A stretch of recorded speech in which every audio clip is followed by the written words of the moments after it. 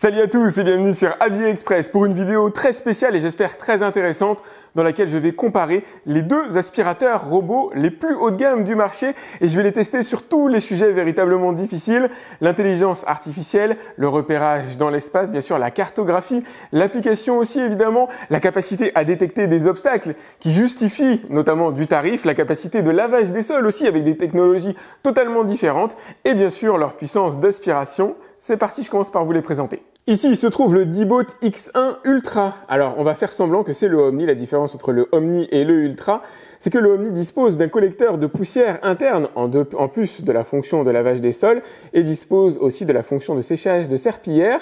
Et ici, vous avez le Roborock S7 Max V Ultra. Ils ont à peu près les mêmes dimensions, c'est des sacrés bahuts tous les deux et c'est normal. Ils rassemblent collecteur de poussière, bac à eau clair, bac à eau usagé. Même chose à l'intérieur du Dibot, à ceci près que je vous l'ai dit. Il faut imaginer que celui-là, c'est la version Omni qui dispose d'un bac à eau clair, d'un bac à eau usagé et en son centre, donc pour la version Omni, un collecteur de poussière externe. Ils disposent tous les deux des technologies les plus avancées de détection d'obstacles et de repérage dans l'espace avec les fameux lidars, des caméras à l'avant capable de détecter les objets, les chaussures, les lacets, les câbles. Éventuellement, on va faire des tests bien sûr à l'intérieur de cette vidéo. Des capteurs infrarouges, des détecteurs de vide que vous avez juste ici au nombre de 6 sur les deux aspirateurs robots, d'intelligence artificielle pour les aider à prendre des décisions en fonction des obstacles qu'ils vont rencontrer dans la maison. Les deux aspirateurs bénéficient de la cartographie rapide de votre maison ou appartement et ça c'est super pratique pour bénéficier de toutes leurs fonctionnalités immédiatement.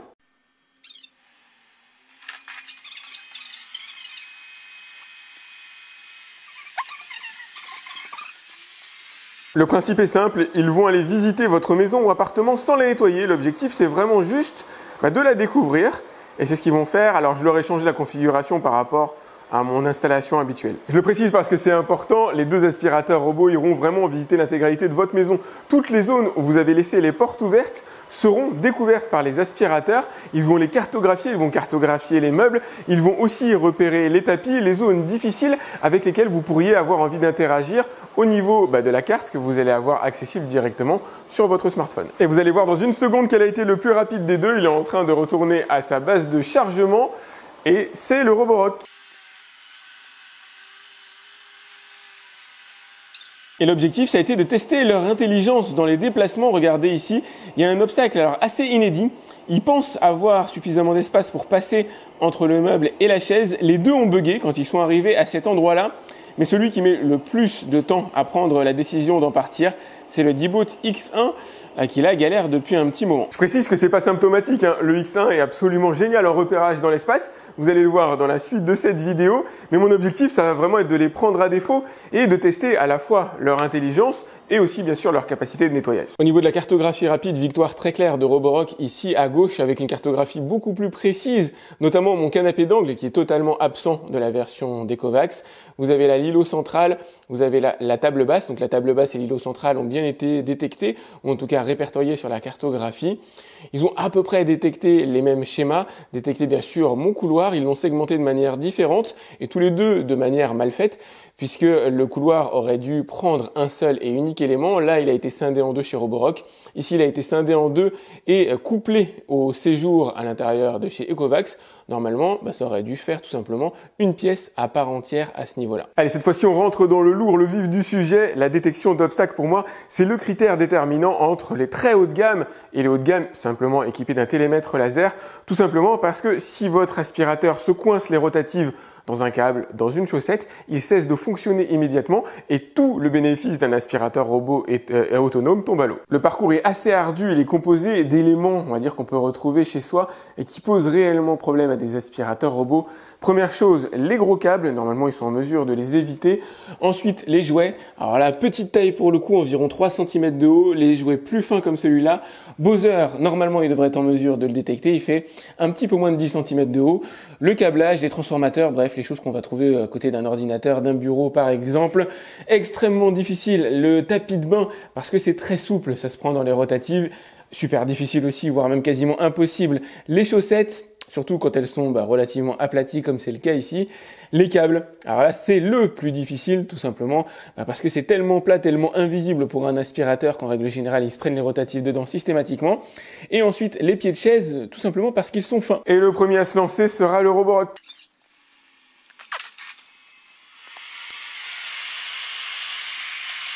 Alors, il est monté sur les câbles. Ça, c'est pas idéal. Il risque de se les prendre dedans, mais comme c'est des câbles épais, normalement, il va passer par-dessus. En tout cas, d'expérience, en règle générale, ils parviennent à passer par-dessus. J'espère que là, ce sera le cas. Il le traîne quand même un petit peu derrière lui. On va voir ce que ça donne.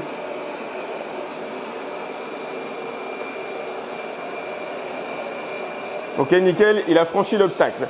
Ensuite, le jouet de mes enfants, alors qu'il se trouve en plus sur le côté, ça va être difficile à voir. Ouais, il l'a vu, il a reculé. Alors ils sont un petit peu contraints par l'autre aspirateur à côté, mais bon, normalement ils devraient trouver la sortie, j'imagine. Super. Alors là, connaissant Roborock, ça va être plus difficile. Les jouets vraiment très fins, et c'est pour ça que j'ai mis ce genre d'obstacle, il a du mal à les repérer, comme les pieds de chaise d'ailleurs. Regardez, donc il ne l'a pas vu, il va le pousser. Alors comme c'est pas un jouet susceptible de se prendre dans ses rotatives, ça va aller, mais bon, il ne l'a pas totalement détecté, un petit peu quand même. Visiblement, il essaie d'améliorer sa stratégie de franchissement. Ok, alors maintenant il va arriver sur Bowser. Normalement Bowser il devrait le détecter. Ouais, il l'a vu. Il le contourne. Ok, nickel. La prise électrique là-bas aussi, il devrait être en mesure de la détecter. Elle est relativement haute.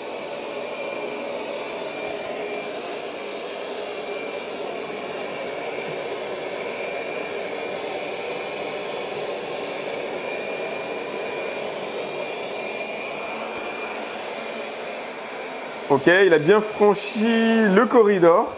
Donc il va aller nettoyer la zone là-bas qui ne comporte pas de difficultés particulières. Maintenant, on va rentrer dans le très difficile, voire même l'impossible, la serviette de bain. Enfin, en tout cas, la descente de bain, je ne pense pas qu'il soit en mesure de le gérer.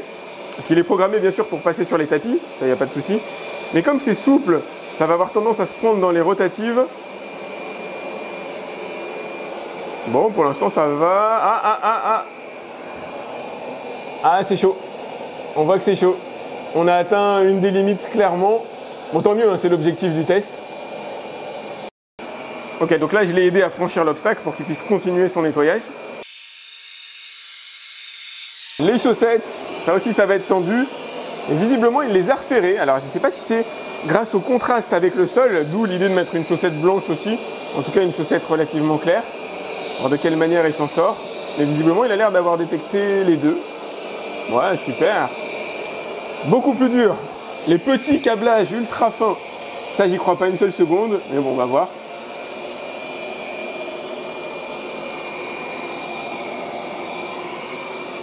Ah ouais, il les a vus, il les a bien vus. Hein. Regardez son comportement quand il passe à côté. Ah, génial. Là, on sait qu'on est dans le très haut de gamme. Hein. Quand ça se passe comme ça, être en mesure de détecter des obstacles aussi fins, c'est vraiment génial. Et enfin, les pieds de chaise. Alors, le vertical, il aime pas trop ça d'habitude, Roborock. Ouais, il se cogne dedans. Donc, c'est pas grave, hein, ça l'empêchera pas de faire son travail, de contourner comme vous pouvez le voir. Mais il va quand même rentrer en contact avec les pieds de chaise. Ça fait partie de ses petites limites. Même combat pour l'aspirateur signé Ecovacs. Premier obstacle, le gros câblage. Je ne sais pas si vous vous souvenez, mais Roborock était allé franco à l'intérieur directement, sans les voir, sans les détecter. Lui, il avait roulé dessus et s'en était sorti, alors que le Ecovacs les a bel et bien détectés, visiblement en tout cas. Et il les esquive. Bah, ça tombe bien, c'est exactement ce que je lui demandais. Un petit point en plus pour Ecovacs au niveau des câblages. Allez, voyons voir les jouets. 3 cm de haut, c'est très très bas. Et... ah, il l'a pas totalement... si, il l'a détecté quand même. Alors, il l'a fait bouger un petit peu. Peut-être un petit peu plus que le Roborock. Mais il l'a bien détecté, tant mieux. C'est marrant parce que tous deux ont cette routine de repartir un peu en arrière lorsqu'ils ont détecté un obstacle difficile. Je ne sais pas exactement pourquoi. Alors, les obstacles plus fins. J'attends plus Ecovacs à ce niveau-là que Roborock. Et effectivement, regardez, pour l'instant, en tout cas, il donne des signaux comme quoi il va l'esquiver. Ça, c'est génial. C'est top. Ah, il est doué, hein. Il est vraiment doué. Pareil, Bowser, il l'esquive, sans souci, il le contourne. Il va vraiment le lécher au plus près. Vraiment top. Hein. En matière de détection d'obstacles, là, j'avoue, Ecovacs signe un très gros point. Alors la prise électrique là-bas, ça ne devrait pas être un souci majeur. Il a fait bouger légèrement, mais ce n'est pas le drame du siècle. J'avoue que esquiver cet obstacle-là qui est super fin, ça c'est quasiment inédit en fait. Il n'y a aucun aspirateur robot que je connaisse à l'heure actuelle qui est capable de faire ça. Allez, bienvenue dans la partie véritablement très difficile. Donc là, on va voir comment il s'en sort avec la sortie de bain. Ça va être chaud, à ceci près qu'il faut qu'elle aille vraiment sous ses rotatives pour qu'il se prenne dedans. Ouais, elle est peut-être positionnée sensiblement différemment. Je referai le test pour voir, je la positionnerai différemment. Les chaussettes, il a l'air de les... Ah, il les a pas totalement vues. En tout cas, il les a moins bien vues que le D-Boat, même si au final, il les esquive quand même. Tant mieux, parce que ça, c'est un gros problème. Franchement, les chaussettes, en tout cas chez nous, c'est un souci majeur. On ne les met pas systématiquement dans les paniers à linge sale. Et du coup, on les retrouve fréquemment dans les rotatives.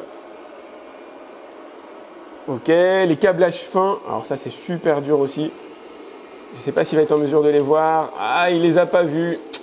Aïe, aïe, aïe, aïe. Alors le petit câble va forcément se prendre dans la rotative au centre. Le câble plus gros, lui, a été esquivé. Mais le petit, je vais le récupérer dans les rotatives. Ah non, même pas. Point pour Roborock, pour le coup, à ce niveau-là.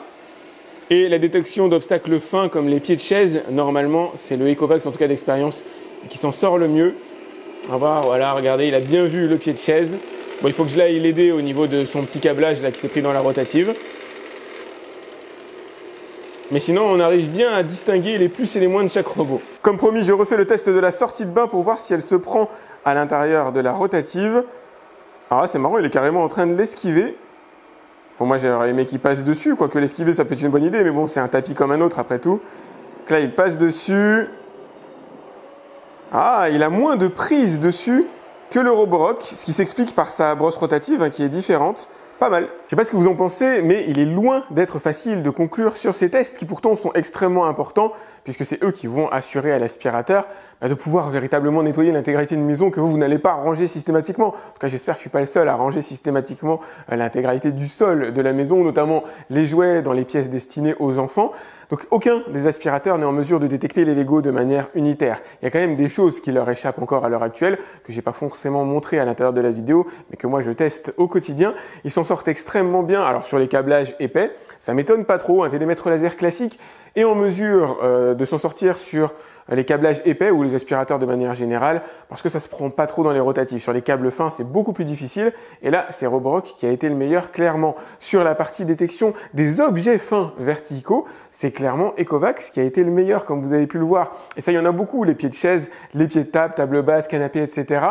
Alors ça va dépendre bien sûr de l'épaisseur, mais dès lors que c'est fin, effectivement, c'est Ecovacs qui est le meilleur. Au niveau des surfaces souples, comme par exemple la serviette de bain, vous l'avez vu, c'est Ecovacs qui a été le meilleur, parce que sa brosse rotative est moins agressive. On a une brosse en caoutchouc intégral sous le Roborock, qui va forcément plus happer le tapis, alors qu'on a une alternance poil et caoutchouc sous l'Ecovacs. C'est des philosophies différentes, dont il va être intéressant de voir dans le test de la puissance d'aspiration, de la capacité réelle d'aspiration, lequel est le meilleur, puisque ce sont deux partis pris différents.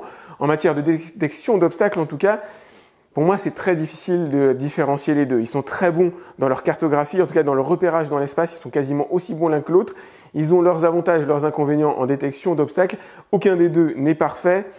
On est proche du match à égalité. Néanmoins, au regard de ce qui se passe à l'intérieur de mon domicile, c'est les câblages qui sont essentiellement le problème principal, donc j'attribuerai le point à Roborock. La détection d'objets verticaux relativement fins, alors si Roborock est un peu moins bon à l'intérieur, ce ne sont pas des objets qui sont de nature à venir entraver son fonctionnement, il va juste se cogner dedans et changer de trajectoire.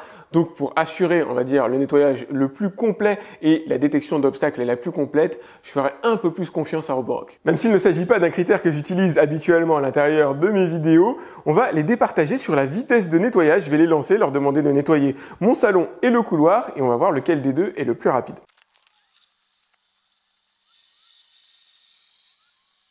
Tous les deux ont la même routine de nettoyage, ils passent par leur droite et vont d'abord nettoyer les plinthes, c'est-à-dire les bords des murs, c'est là où se logent quand même la plupart des saletés.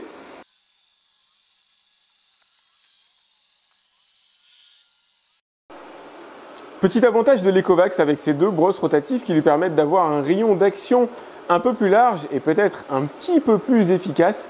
On contrôlera ça tout à l'heure. Je vous laisse observer la danse de l'Ecovacs au niveau des pieds de chaise, au niveau des pieds de table, la manière dont il les détecte et dont il les esquive. C'est clairement du bon boulot, hein. Même chose pour Roborock, alors qui est un peu plus brutal que son concurrent au niveau des pieds de chaise, des pieds de table. Quoique là, visiblement, il s'en sort correctement. Alors il va à leur rencontre un peu plus fréquemment. Ça peut nuire sensiblement au plastique, mais normalement ça fait pas de mal aux pieds de chaise, aux pieds de table. À force de les tester, je finis par avoir de l'expérience et on va dire toutes mes chaises et mes tables auraient des problèmes si véritablement ce genre de contact pouvait leur nuire. Les deux aspirateurs sont équipés de détecteurs de tapis, c'est-à-dire qu'ils vont accroître leur puissance de succion lorsqu'ils passent sur un tapis. Le plus bruyant lors de cette phase de détection de tapis étant le Roborock, qui a une véritable turbine à l'intérieur. L'Ecovacs a déjà entamé sa phase de va-et-vient, alors que le Roborock en est toujours à contourner la pièce pour finir de la délimiter, de nettoyer les bordures. Et voilà, le champion de ce comparatif de la vitesse de nettoyage retourne à sa station. Il s'agit du D-Boat. J'en profite pour dire que le retour à la base de chargement n'est un problème pour aucun des deux robots, évidemment. Et voilà le retour du Roborock à sa base de chargement. Il aura mis 3 minutes de plus que le Ecovacs. C'est pas non plus délirant. Pour un nettoyage, alors étonnant, de seulement 36 mètres carrés. Mon salon plus le couloir, c'est dire si c'est quand même pas mal encombré. Pour un total de nettoyage de 43 minutes. Évidemment, lorsque les deux aspirateurs retournent à leur base de chargement, ils se vidangent, vous pouvez l'entendre, ça fait du bruit, ça fait du bruit. Alors dans les deux, même si moi j'ai pas la version Omni pour le D-Boat, les deux sont en mesure de se vidanger. Alors si vous prenez la version turbo comme moi, malheureusement, vous n'avez pas la poubelle supplémentaire comme je vous le disais précédemment. Et c'est franchement pratique, surtout si vous avez une grande surface. C'est parti pour un des matchs les plus intéressants de ce comparatif, la puissance d'aspiration. Je vais commencer par vous les présenter. Niveau puissance d'aspiration, ils sont tous les deux comparables avec un léger avantage pour le Roborock à 5100 pascal contre 5000 pascal pour le D-Boat. Mais sans une bonne brosse grattante, la puissance n'est rien et deux philosophies différentes sur les deux aspirateurs. Ici, on a une attaque 100% caoutchouc chez Roborock, alors qu'ici, on est plutôt sur une alternance plus classique entre des poils orientés parquet, sol dur et du caoutchouc. Le tout est bien sûr suspendu pour adhérer le mieux possible au sol. La présence d'une seule brosse rotative ici pour venir lécher les plinthes chez Roborock alors qu'il y en a deux chez Ecovacs. Bref, les robots sont quand même assez différents l'un l'autre, ça va donner un match très intéressant. Comme d'habitude, je vais tester ces deux aspirateurs sur sol dur, ce sera sur du carrelage et sur tapis pour voir lequel est en mesure de tirer le meilleur parti de leur puissance d'aspiration commune, mais finalement de technologie d'aspiration assez différentes. Et pour ce test, il va devoir ramasser de jolis moutons de poussière, du sel, du sucre, du plastique, il y a des bonbons, il y a du papier, j'ai même vu de l'herbe, il y a de la terre. Enfin bref, il y a beaucoup de choses réparties sur carrelage. Et bien sûr, j'en ai mis aussi pas mal sur mon tapis. Il s'agit d'un test extrêmement difficile qui sera chronométré.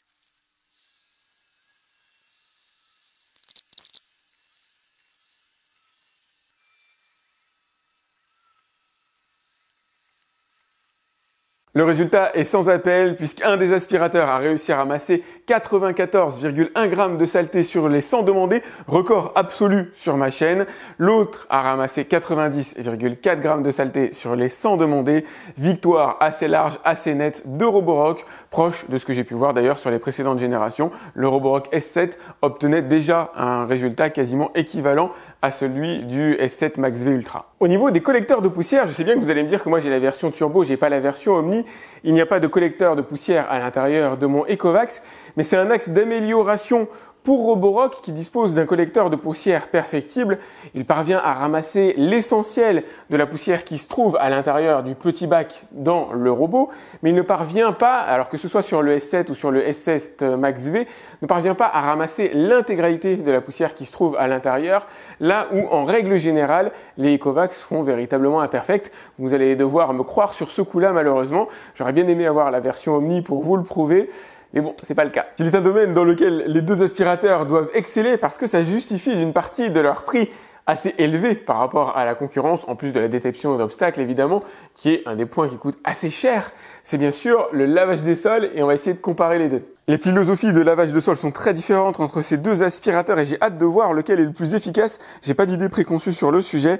Donc vous avez ici la serpillière très classique, alors vibrante avec le petit système que vous avez ici chez Roborock, et vous avez les fameux pads rotatifs que vous allez retrouver alors chez de nombreux concepteurs d'aspirateurs et aussi chez Ecovacs. Ça ne se voit pas forcément, mais les deux aspirateurs disposent de réservoirs à eau. Donc on a un réservoir de 80 ml chez Dieboat, 200 ml chez Roborock, avantage à ce niveau-là pour l'autonomie. Côté réservoir intégré dans les stations de chargement, léger avantage pour Ecovacs avec des réservoirs de plus grosse capacité, que ce soit pour la partie eau claire et eau usagée, avantage aussi sur le design, le couvercle se refermant comme ceci, permettant de nettoyer plus facilement la poussière qui va avoir tendance à être plus visible et à s'incruster plus facilement chez Roborock. Si les deux aspirateurs sont en mesure de nettoyer leur brosse rotative avec des technologies différentes, seul Ecovacs est en mesure de sécher les serpillières à air froid sur la version turbo et à air chaud sur la version Omni. Allez, on va commencer par Roborock et j'ai créé une délimitation de la zone à nettoyer, ça ira tout simplement plus vite. Préalablement à son nettoyage, il va se retourner, aller remplir son compartiment à eau claire et humidifier et nettoyer la serpillière. Ça prend un petit peu de temps, un peu plus de temps chez Roborock. J'étais en train de regarder le film Cruella à la télé, je me suis dit que j'allais être particulièrement méchant sur ce test. J'ai été méchant, c'est le moins qu'on puisse dire. Donc vous avez ici AliExpress écrit au ketchup, là du coca. Et c'est pas leur tasse de thé de ramasser ce genre de liquide. Et alors là, c'est vraiment pour les départager. J'ai étalé de la terre, tout simplement, sur du carrelage avec de l'eau. Et une partie sera sèche, une partie humide pour le nettoyage. Alors le repérage à l'intérieur de la zone ne va pas être bien difficile pour les deux aspirateurs. Ils sont très doués à ce petit jeu-là. La gestion des cartographies de manière générale, c'est une formalité. Ce qui va être difficile, déjà, c'est de ramasser une grosse quantité d'eau, enfin en tout cas de coca, sur le sol. Il a l'air de s'en sortir correctement. Histoire de vous dire aussi que c'est pas son objectif dans la vie. Tout simplement parce que avec une serpillière qui traîne à l'arrière, même si elle est nettoyée régulièrement, il ne va faire que dispenser de l'eau, il ne va faire qu'étaler le coca sur le sol, ce qui est pas génial. Idem avec le ketchup, vous pouvez voir que la brosse rotative à l'avant, forcément, va toucher le ketchup, donc pareil, c'est pas idéal. Ça vous explique que leur fond de commerce, c'est pas le détachage réellement de sol, c'est pas d'enlever ce genre de choses. Mais là, l'objectif, c'est de les départager. C'est pour ça que j'ai fait un test assez difficile. Je veux pas qu'ils les réussissent, hein. Pour moi, enfin tant mieux s'ils les réussissent. Mais le but, c'est vraiment de voir lequel des deux est le meilleur en lavage de sol. Et c'est ce qu'on va savoir très vite. Ok, ça y est, il a fini son premier passage, je vais l'arrêter. Voilà l'état de la serpillière, donc c'est vraiment la misère, hein. Je les ai mis au bout du bout de leur vie. Et voilà le résultat au sol, donc encore une fois, c'est tout à fait logique qu'il y ait des résidus, des traces, des saletés. L'objectif là, c'est surtout de s'imprégner du résultat. Donc voilà, on a encore un peu de ketchup, on a encore un petit peu de terre, mais le global a quand même été plutôt bien enlevé, c'est assez étonnant. Et là, il va retourner à sa base, à sa station, pour laver sa serpillière et on va regarder s'il est parvenu quand même à la laver correctement et ça va être difficile. Et voilà, ça y est, il a lavé sa serpillière, il a quand même fait du bon boulot. Parce que c'était franchement difficile vu la quantité de saleté. Donc c'est pas parfait de chez parfait. Il y a 2-3 ajustements à faire sur les bords que vous ferez vous-même, que l'aspirateur n'est pas en mesure de faire. Mais la partie centrale a été quand même bien récurée. Bon, tout ça c'est bien sympa, mais le sol de ma maison est toujours pas nickel. Et heureusement, il y a une fonction double passage, alors que ce soit chez Roborock ou chez Ecovacs, qui permettra de parfaire le lavage. Et avec un double passage, à mon avis, il va parvenir à enlever la grosse majorité des saletés au sol. Comme quoi, même en ayant un sol qui est quand même assez sale, on doit pouvoir obtenir un résultat qui est plutôt cool. Alors dès lors qu'il ne s'agit pas d'enlever des taches réellement incrustées, de la confiture posée sur le sol depuis plus de 24 heures, à mon avis, il ne l'enlève pas, évidemment. La technologie de serpillière vibrante à l'arrière est plutôt sympathique. Elle est un peu plus efficace qu'une serpillière classique qu'on laisserait traîner derrière. C'est pas magistral non plus, c'est pas miraculeux non plus. Ce qui est cool par contre chez Roborock, c'est la présence du réservoir qui va lui donner beaucoup plus d'autonomie, lui permettant de nettoyer des surfaces plus grandes, puisque son objectif n'est pas de nettoyer des zones extrêmement sales. C'est moins grave si la serpillière, on va dire, se salit davantage et qu'il retourne moins à sa base. Ça lui donnera peut-être un peu plus d'autonomie sur le lavage des sols par rapport à Ecovacs. Et regardez, au bout du deuxième passage, le résultat est plutôt bon. Le ketchup est parti, le coca est parti. Concernant la terre, j'ai encore quelques menues traces ici sur la partie centrale, mais sinon globalement il s'en est très bien sorti. Même combat avec le X1, j'ai dessiné un rectangle à l'endroit où il doit aller nettoyer. Exactement comme ça a été le cas pour Roborock, le repérage dans l'espace va être extrêmement facile pour le Dieboat. Donc il va détourer la zone, il va faire une espèce de rectangle tourné autour de la zone que je lui ai demandé de nettoyer. Il forcément, ça va être très intéressant de faire la part des choses entre la technologie brosse rotative à l'arrière et la technologie serpillière vibrante. Et déjà, on commence à voir des différences par rapport à Roborock. On sent que c'est plus difficile pour les serpillières rotatives de nettoyer la partie terre. Et pourtant, je suis étonné. Je suis vraiment le premier étonné. Personnellement, j'aurais parié sur les serpillières rotatives. On fera le point après ensemble. Et voilà, à ce stade-là, je vais l'arrêter. Le coca est intégralement parti, exactement comme avec Roborock. Le ketchup est totalement parti. Roborock, lui, en avait laissé. Et pour la partie terreuse, Roborock avait fait un meilleur passage, je trouve. Pas de beaucoup. Ouais, c'est comparable, mais bon, avantage à Roborock, en tout cas pour la partie centrale la plus difficile. Les brosses rotatives sont sales, comme vous pouvez le voir, mais moins que ne l'était la brosse centrale de Roborock, sur laquelle toute la saleté était uniformément répartie. Ici, on sent que c'est plus inégal. Du coup, là, ce qui va être intéressant, c'est de voir de quelle manière il nettoie ses brosses rotatives. Est-ce qu'il parvient à enlever toutes les saletés qui se trouvent dessus, afin d'assurer un prochain passage avec les brosses les plus propres possibles. Et le résultat est impeccable. Il a extrêmement bien nettoyé ses brosses rotatives. Allez, c'est parti pour le deuxième passage. Le Roborock avait réussi à faire un quasi sans faute en 2 passages. Restait encore quelques saletés un peu plus incrustées. On va voir ce que le D-Bot est en mesure de faire. Et en même temps, si j'éteins ma caméra, c'est un peu plus dur à voir.